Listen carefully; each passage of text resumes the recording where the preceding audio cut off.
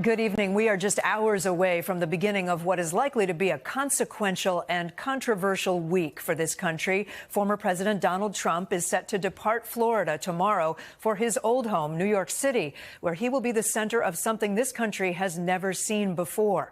A former president standing before a judge, being arraigned on criminal charges. Today, the battle lines began to sharpen on both the legal front and the political front. Mr. Trump's lawyer appeared on Sunday shows previewing the former president's legal strategy. And while this case will certainly be determined in the court, it is already playing a part in the 2024 presidential campaign. Trump's potential GOP rivals have weighed in.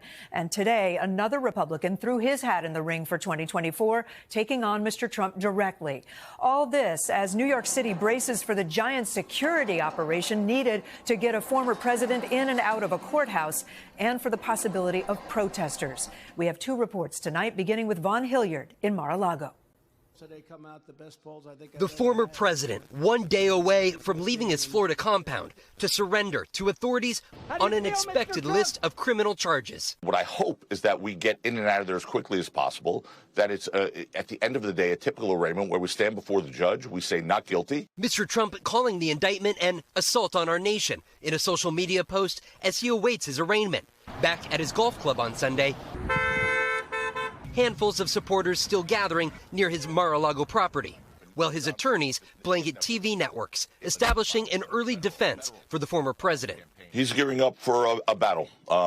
This is something that obviously we believe is a political persecution. Trump's own former attorney general saying he'd advise Trump not to take the stand at his eventual trial. I think it's a particularly bad idea for Trump because he lacks all self-control. And Republican Senator Bill Cassidy questioning the greater ramifications of focusing legal efforts on the former president. It's going to lead to all kinds of political theater.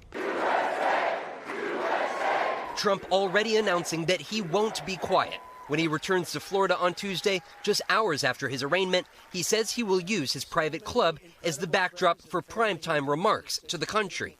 While many in the GOP have questioned the indictment, one prominent Republican says Trump should end his presidential campaign because of it. If we're looking at the presidency and the future of our country, then we don't need that distraction, and he needs to be able to concentrate on the legal issues that he faces. Former Arkansas Governor Asa Hutchinson at the same time declaring he intends to jump into the race himself as a Republican alternative. I'm going to run for president of the United States.